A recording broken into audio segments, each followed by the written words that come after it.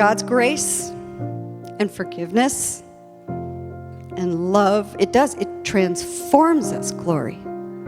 It does come into our lives, and we can be changed. We can be freed. We can be saved. When we come to accept that we don't have to earn God's love, that it's a free gift from Him, it changes our lives. But God never promises that His grace is going to remove us from the battles of our human experience in life. When you come to accept God's grace, you see, that's just the beginning. That's just the beginning. When you enlist, when you decide to sign on and put your trust in God's plan, you better get ready. You better hold on tight, because now you're entering God's boot camp. And in God's boot camp, that instruction is called God's Word. This is what you get when you come on a Sunday morning to a Sunday morning encounter and you hear God's Word spoken to you. Your part is to sit and listen to what God has to say to you through His servant. And another part of that is fellowship on a Sunday morning too, because we all learn from each other, don't we? Don't we? I mean, when you sit with people who are asking the same questions you are, and you get a chance to talk it out with them, you learn. An enlisted believer, just like an enlisted soldier, also has to practice and practice and practice what he or she has learned in order to be prepared for service in the battles that we face. As you open your ears and your heart to what God has to say and how God is speaking into your life, you begin to put into practice what you're learning.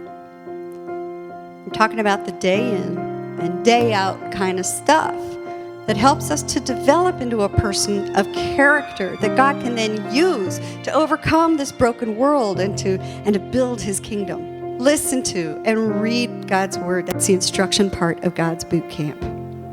From God's Word, what do we learn? We learn that mercy triumphs over judgment. We learn that God has a plan for hope and for restoration. I was told in seminary that I should never use myself as an example in a sermon, but you know what? I've got a testimony too. And so I will use myself as an example. This is one of the reasons why I shared about my daughter Dana and my life with her. Dana was born with congenital toxoplasmosis, so she has severe damage to her brain. She has cerebral palsy, and she has severe developmental disabilities as well.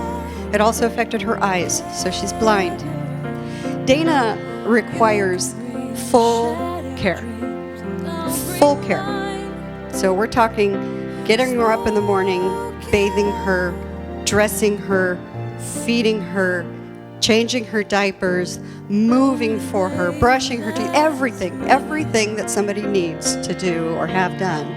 She needs it. How does instruction help me through that battle of living with my daughter's disabilities? When I read God's Word, you know what I read in there? I read that there is value in every human being. I bring my daughter home from the hospital when she's a month old, when the doctors told me to just go ahead and institutionalize her. No, sir. There is value in that person, and she does teach and she does bless others. God will use her, and there is value in her. And I honor that. Hope for healing, absolutely. Just because I know that God uses her doesn't mean I don't pray for that all the time and do believe that He can heal her. And then ultimately, that hope for what's going to come. And I live my days daily with that in mind, that someday I will see my daughter whole, and I will see her standing and running to me with healthy legs and come and embrace me with healthy arms. And she'll say, "I love you, Mom." And I practice running that through my mind every day.